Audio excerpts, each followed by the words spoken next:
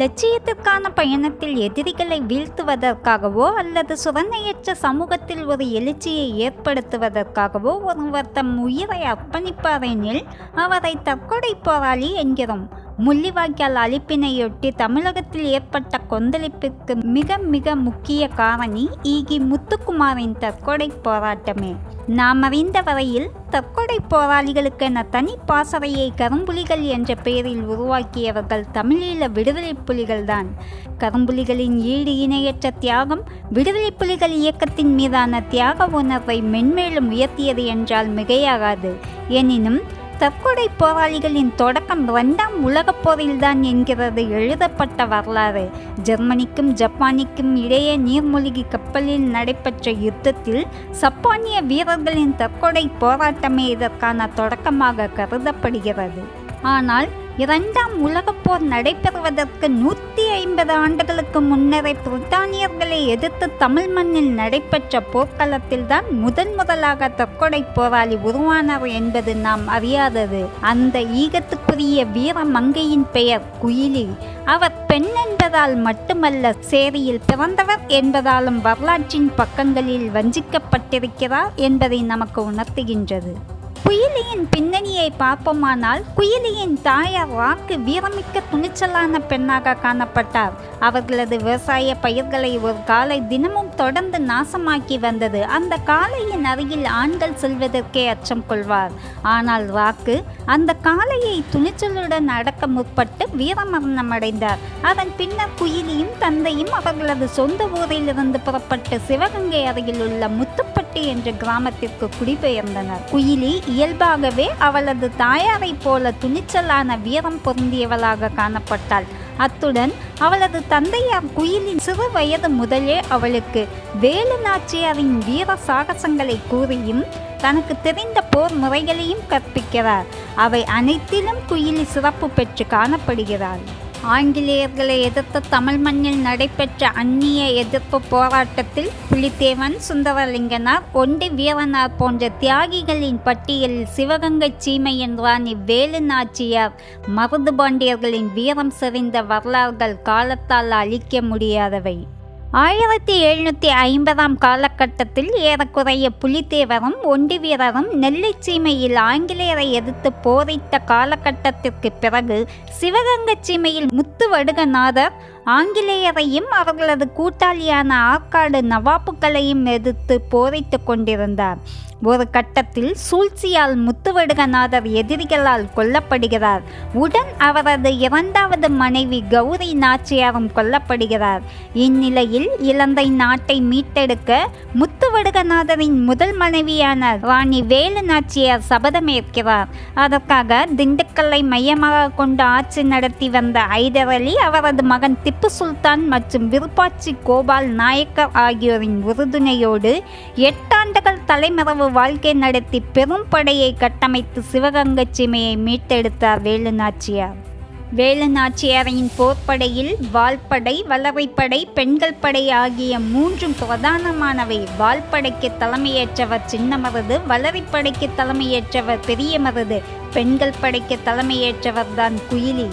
குயிலி தலைமையிலான பெண்கள் படைக்கு உடையாள் பெண்கள் படை என பெயர் சூட்டியிருந்தார் ராணி வேலு நாச்சியார். உடையாள் என்பவர் ஒரு மாடு மேய்க்கும் சிறுமி. காளையார் கோவிலில் தன் கணவரை பறிகொடுத்த வேலு நாச்சியார் அரியாக்குறிச்சி என்ற ஊருக்கு அருகில் வரும்போது உடையாள் என்ற மாடு மேய்க்கும் சிறுமி எதிர்ப்படுகிறாள். அவளுக்கு விடை கொடுத்து விட்டு சென்ற வேலு நாச்சியாரை பின்தொடர்ந்து வந்த எதிரிகள் உடையாளிடம் வேலு நாச்சியார் சென்ற பாதை குறித்து கேட்ட பொழுது காட்டிக் கொடுக்க மறுத்தாள். ஆகவே எதிரிகளால் தலைவேறும் முண்டம்பேராக உடையாள் வெட்டி படுகொலை செய்யப்பட்டாள். தமக்காக தன் தாய் நாட்டிற்காக உயிர் நீத்த உடையாளின் நினைவாகவே வேலு நாச்சியார் குயிலி தலைமையிலான மகளிர் படைக்கு உடையாள் மகளிர் படை என பெயர் சூட்டியிருந்தார். மகளிர் படைக்கு குயிலியை விட தகுதியானவர் வேறொருவரும் இருக்க முடியாது என்பது வேலு நாச்சியாரின் இணையற்ற நம்பிக்கை. அப்படி குயிலி என்ன செய்தார்? வேலு நாச்சியாரின் போர் பயிற்சிக்கான ஆசிரியர்களில் சிலம்பு வாத்தியார் வெற்றிவேலு மிக முக்கியமானவர். வேலு நாச்சியாரை சிறுவயது முதலே கண்காணித்து வருபவர். வேலு நாச்சியார் தனது கணவருடன் தேனிலவுக்காக மேற்கு தொடர்ச்சி மலைக்கு சென்றிருந்த சமயத்தில் கூட பாதுகாவலராக அரண்மனையால் அனுப்பப்பட்டவர் வெற்றிவேலு. அதேபோல் தன் கணவரை பறிகொடுத்த பிறகு திண்டுக்கல் விருப்பாட்சிப்பாளையத்தில் தங்கியிருந்து படை திரட்டிய காலகட்டத்தில் தன் மெய் காப்பாளராக வேலு நாச்சியார் சிலம்பு வாத்தியாரான வெற்றிவேலையே நியமித்திருந்தார். இவ்வளவு நம்பிக்கைக்கு உரியவராக விளங்கிய சிலம்பு வாத்தியார் எதிரிகளால் விலை பேசப்பட்டார். வேலு நாச்சியாரின் திட்டங்களை, ஆதரவு சக்திகளை, அன்றாட நிகழ்வுகளை எதிரிகளுக்கு காட்டி கொடுத்து வந்தார். ஒரு நாள் குயிலி சிவகங்கை செல்லவிருந்ததை அறிந்த சிலம்பு வாத்தியார், "ஓ பெண்ணே, உனக்கு எழுத படிக்க தெரியுமா?" என்று வினாவினார். குயிலிக்கு எழுத படிக்க தெரிந்திருந்தும் தெரியாது என்று கூறினார். மிகவும் மகிழ்ச்சியடைந்த சிலம்பு வாத்தியார் ஒரு கடிதத்தை கொடுத்து சிவகங்கை அரண்மனைக்கு அருகில் இருக்கின்ற மல்லராயன் என்பவரிடம் ஒப்படைக்கச் சொன்னார். அதற்கு ஈடாக கை நிறைய பணமும் கொடுத்தார். குயிலி, "நான் சிவகங்கை தான் போகிறேன். போகிற போக்கில் இக்கடிதத்தை எப்படியும் ஒப்படைத்து விடுகிறேன். பணம் வேண்டாம்" என மறுத்து விடுகிறார். புறப்படுவதற்கு முன்னதாக அன்று இரவு ஓய்வாக இருக்கும் நேரத்தில் கடிதத்தில் என்ன எழுதப்பட்டிருக்கிறது என்பதை படித்து பார்க்கிறார்.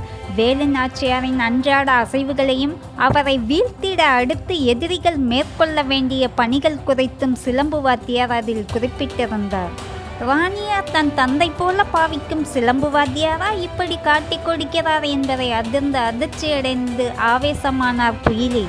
குத்தீட்டியை கையில் எடுத்து கொண்டு சிலம்பு வாத்தியாரின் இருப்பிடம் நோக்கி விரைந்தார். அடுத்த நிமிடம் சிலம்பு வாத்தியாரின் குடிசையில் இருந்த அலறல் சத்தம் கேட்டது. இரத்த வெள்ளத்தில் மிதந்து கிடந்த சிலம்பு வாத்தியாரின் உடலையும் அருகே ஒரு கையில் குத்தீட்டியோடும் மறுகையில் சிலம்பு வாத்தியாரின் கடிதத்தோடும் கண்கள் சிவக்க தலைவிரி கோலமாக நின்றிருந்த குயிலியையும் வேலு நாச்சியார் உள்ளிட்ட அனைவரும் கண்டார்கள். நம்பிக்கைக்குரியவராக இருந்த சிலம்பு வாத்தியார் தன் காலை சுற்றியிருந்த நச்சுப்பாம்பு என அறிந்த வேலு நாச்சியார் அதிர்ச்சியுற்றார். தன் மீதும் தன் நாட்டின் மீதும் கொண்ட பற்றின் காரணமாக ஒரு பெண் துணிச்சலாக மேற்கொண்ட செயலைக் கண்டு அகமகிழ்ந்தார். கூட்டத்தில் 10ஓடு 11ஆக பார்க்கப்பட்ட குயிலி அன்றிலிருந்து ராணி வேலு நாச்சியாரின் மெய்காப்பாளர் ஆனார். 2 மாதங்கள் கடந்த நிலையில் ராணி வேலு நாச்சியாரும் அவரது மகள் வெள்ளை நாச்சியாரும் குயிலியும் அறையில் உறங்கிக் கொண்டிருந்த நேரம் அறைக்கு வெளியே காலடி சத்தம் கேட்டது. கேட்டும் கேட்காதது போல் குயிலி படுத்து கிடந்தார். ஜன்னலை திறந்து நோட்டமிட்ட ஒரு உருவம் சட்டென வேலு நாச்சியார் படுத்து கிடந்த கட்டிலை நோக்கி கூரிய கத்தியை வீசியது. பாய்ந்து தடுத்த குயிலியின் கையில் கத்தி பதம் பார்த்தது. வலியால் அலறி குயிலி சத்தம் கேட்டு எழுந்த வேலு நாச்சியார் ரத்தம் படிந்த குயிலியின் கைகளை பார்த்து அதிர்ச்சியுற்றார். ஒரு தாயின் அரவணைப்போடு குயிலியை கட்டி அணைத்து கைகளுக்கு முதலுதவி செய்து கொண்டிருந்தார். கத்தி வீசிய உருவமோ சிவகங்கை நோக்கி ஓடிக்கொண்டிருந்தது. இச்சூழலில் சிவகங்கை சீமையில் ஆற்காடு நவாப்பும் ஆங்கிலேயரின் கைக்கூலிகளான மல்லாரி ராயனும் அவன் தம்பி ரங்கராயனும் குயிலியை மையப்படுத்தி சாதி வெறிக்கு தூபமிட்டு கொண்டிருந்தான். அதாவது மேல் சாதியை சார்ந்த சிலம்பு வாத்தியார் வெற்றிவேலுவை கீழ் சாதி பெண்ணான குயிலி குத்தி கொலை செய்திருக்கிறார். ஒடுக்கப்பட்ட சமூகத்தில் பிறந்த குயிலிக்கு ஆதரவாக வேலு நாச்சியார் செயல்பட்டால் நம் சாதி கௌரவம் என்ன ஆவது? தாழ்த்தப்பட்டவர்கள் நம்மை எள்ளி நகையாட மாட்டார்களா என குயிலின் செயலுக்கு மனு தர்ம நியாயம் பேசிக்கொண்டிருந்தனர். இதையெல்லாம் கேள்விப்பட்டு வேலு நாச்சியார் தம் படை வீரர்களுக்கு பகிரங்கமான அறிவிப்பை ஒன்றை வெளியிடுகிறார். எதிரிகள் சிவகங்கை மண்ணிலிருந்து விருப்பாட்சியில் உள்ள நம் இருப்பிடத்துக்கு வந்து தூங்கிக் கொண்டிருந்த என் அறையில் கத்தி வீசியிருக்கிறார்கள்.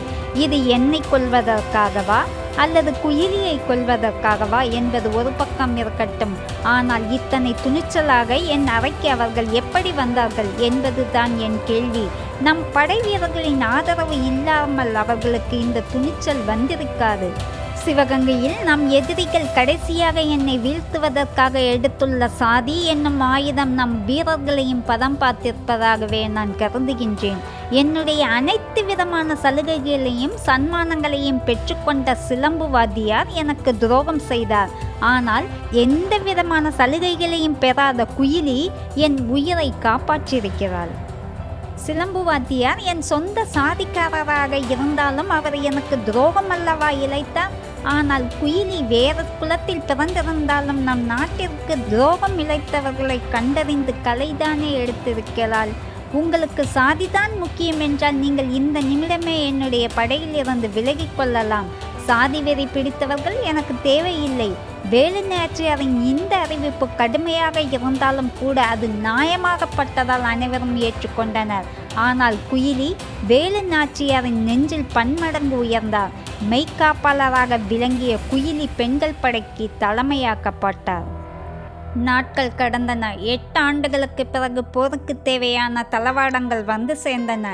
12 பீரங்கி வண்டிகள், 100கணக்கான துப்பாக்கிகள் திப்பு சுல்தானால் வேலு நாச்சியாரிடம் ஒப்படைக்கப்பட்டன. 1780ஆம் ஆண்டு ஐப்பசி மாதம் 5ஆம் நாள் விருப்பாச்சி பாளையத்திலிருந்து சிவகங்கை நோக்கி வேலு நாச்சியாரின் படை புறப்பட்டது. உடையால் பெண்கள் படைக்கு தலைமையேற்று குயிலி கம்பீரமாக வந்து கொண்டிருந்தார். முதலாவதாக வேலு நாச்சியாரின் படையை மதுரை கோச்சடையில் எதிர்த்து நின்றான் மல்லாரிராயன். 1 மணி நேர போரிலேயே மல்லாரிராயன் குத்தி கொலை செய்யப்பட்டான். வேலு நாச்சியாரின் படைகள் வீரநடை போட்டன. அடுத்து திருப்புவனத்தில் மல்லாரிராயனின் தம்பி ரங்கராயன் பெரும்படையோடு எதிர்த்து நின்றான். மருது சகோதரர்கள் அவனை தவிடுபொடியாக்கினர்.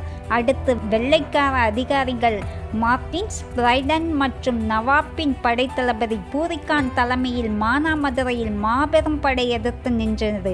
வேலு நாச்சியாரின் பீரங்கி படனை அதனை அடித்து தும்சம் செய்தது. அன்று மானாமதுரை வைகை ஆற்றில் தண்ணீருக்கு பதிலாக ரத்தம் ஓடிக்கொண்டிருந்தது. முத்துவடுகநாதரின் படுகொலையில் பெரும் பங்கு வகித்த ஆங்கிலேய தளபதி ஜோசப் சுமித் காளையார் கோவிலில் வேலு நாச்சியாரின் படையை எதிர்கொண்டான். அங்கு தமிழர் படை வெற்றி கொடி நாட்டியது. ஆங்கிலேய படைகள் புறமுதுகிட்டு ஓடின. வேலு நாச்சியாரின் படைகள் சிவகங்கை சீமையில் வெற்றி முழக்கத்துடன் நுழைந்தன. ஆனால் அங்குதான் யாரும் எதிர்பாராத ஆபத்து காத்து கொண்டிருந்தது. தனது நயவஞ்சகத்தால் மறைந்திருந்து வேலு நாச்சியாரின் கணவரது உயிரை பறித்த கொடுங்கோலன் ஆங்கிலேய தளபதி பாஞ்சூர் காளையார் கோவிலிலிருந்து சிவகங்கை அரண்மனை வரையிலும் அடிக்கு ஒரு போர் வீரனை நிறுத்தியிருந்தான். அனைவரது கைகளும் துப்பாக்கி ஏந்திருந்தன. பீரங்கிகளும் அரண்மனையை சுற்றி நிறுத்தப்பட்டிருந்தன. ஆயிரக்கணக்கான துப்பாக்கிகளும் வெடிப்பொருட்களும் அரண்மனை கிடங்கில் பதுக்கி வைக்கப்பட்டிருந்தன. என்னத்தான் வீர மறவர்கள் வேலு நாச்சியாரின் படையில் இடம் பெற்றிருந்தாலும் ஆங்கிலேயரின் நவீன ஆயுதங்கள் மிகப்பெரிய சவாலாக இருந்தன. விருப்பாட்சியில் இருந்து தொடர் வெற்றிகளை குவித்து வந்த வேலு நாச்சியாருக்கு இறுதிப் போரில் தோற்றுவிட்டால் என்ன ஆவது என நினைப்பதற்கே அச்சமாக இருந்தது. இருப்பினும் நம்பிக்கையை கைவிடவில்லை. அப்போது ஒரு மூதாட்டி வேலு நாச்சியாரிடம், நாளை விஜயதசமி திருவிழா, சிவகங்கையில் உள்ள ராஜராஜேஸ்வரி கோவிலில் பெண்கள் மட்டும் வழிபாட்டிற்காக அழைக்கப்படுவார். அதை நீங்கள் ஏன் பயன்படுத்தக்கூடாது என வினாவினார். எங்களிடம் இத்தனை அக்கறையோடு பேசும் நீங்கள் யார் என கேட்டார் வேலு நாச்சியார்.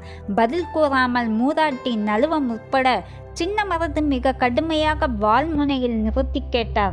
அப்போது அம்மூதாட்டி தன்னுடைய வெண்மையான தலைமுடியை விலக்கி ஒப்பனையை கலைத்து காட்டினார். அவர் வேறு யாரும் அல்ல, குயிலிதான். வேலு நாச்சியாருக்கு மகிழ்ச்சி தாங்கவில்லை. குயிலியை பாராட்டியதோடு குயிலியின் தலைமையிலான பெண்கள் படையோடு வேலு நாச்சியாரும் மறுநாள் ராஜராஜேஸ்வரி அம்மன் கோவிலுக்குள் நுழைகிறார். ஆயிரக்கணக்கான உடையால் பெண்கள் படையினர் கைகளில் ஆயுதங்களோடு வேலு நாச்சியாருடன் உள்ளே நுழைந்தனர். போர் மூண்டது. அரண்மனைக்கு வெளியே மருது சகோதரர்கள் தாக்குதலை தொடங்க உள்ளிருந்து வேலு நாச்சியாரும் குயிலியும் வாட்களை சுழற்ற ஆங்கிலேய தளபதி பாஞ்சூர் என்ன நடக்கிறது என்பதை அறிய முடியாமல் விழிப்பிதுங்கி நின்றான். ஆனால் இந்த போர் இதுவரை நடந்த தாக்குதல்களில் இருந்து மாறுபட்டிருந்தது. ஆங்கிலேயரின் நவீன ஆயுதங்களுக்கு முன் வேலு நாச்சியாரின் படை தாக்குப்பிடிக்க முடியவில்லை. தமிழர் பக்கம் அழிவு அதிகமாகி கொண்டிருந்தது. அரண்மனையின் ஆயுத கிடங்கிலிருந்து மேலும் மேலும் ஆயுதங்கள் ஆங்கிலேய படைகளுக்கு சென்று கொண்டிருந்தன. தோல்வி தவிர்க்க முடியாது என்கிற நிலை வேலு நாச்சியாருக்கு ஏற்பட்டது. என்ன செய்வதென சிந்திக்கப்பட முடியாத சூழலில் ஒரு உருவம் தன் உடலில் எண்ணெயை ஊற்றிக்கொண்டு அரண்மனை ஆயுத கிடங்கில் குதித்தது. மறுநிமிடம் ஆயுத கிடங்கு வெடித்து சிதறியது. கை வேறு, கால் வேறு, தலை வேறு, உடல் வேறு என உருவம் சுக்கு நூறாகி போனது. ஆயுதக்கிடங்கின் அழிப்பு வேலு நாச்சியாரின் வெற்றிக்கு அடித்தளம் அமைத்தது. ஆயிரக்கணக்கானோர் மண்ணில் மடிந்தார்கள். ஆங்கிலேய தளபதி பரஞ்சோர் வேலு நாச்சியாரிடம் மன்னிப்பு கேட்டு புதுக்கோட்டைக்கு ஓடினான். வேலு நாச்சியார் வெற்றி பெற்றதாக அறிவிக்கப்பட்டது. வெற்றியை கொண்டாட தன் தளபதிகள் எல்லாம் தன்னை நெருங்கிக் கொண்டிருந்த போது குயிலியை தேடினார் வேலு நாச்சியார். குயிலி கண்டறிய முடியாத அளவிற்கு உரு தெரியாமல் மண்ணோடு மண்ணாகி போயிருந்தார். ஆம், ஆயுத கிடங்கில் குதித்தது வேறு யாரும் இல்லை, குயிலியே. சிவகங்க மண்ணை அந்நியர் ஆதிக்கத்திலிருந்து விரட்டிட்ட வீரமங்கை வேலு நாச்சியார் சபதம் நிறைவேற்றிட தன்னையே ஈந்து தற்கொலை போராளியாய் அழிந்து போன குயிலியின் வீரம் இந்த தலைமுறைக்கு எடுத்துச் சொல்லப்பட வேண்டும். உலகின் தற்கொலை போராளிகளுக்கான விதை தமிழ் மண்ணில்தான் விதைக்கப்பட்டது. பெண்ணென்றால் நுகர்வு பொருளாக கருதும் இன்றைய தலைமுறைக்கு குயிலின் வரலாறு புதிய பார்வையை வழங்கட்டும்.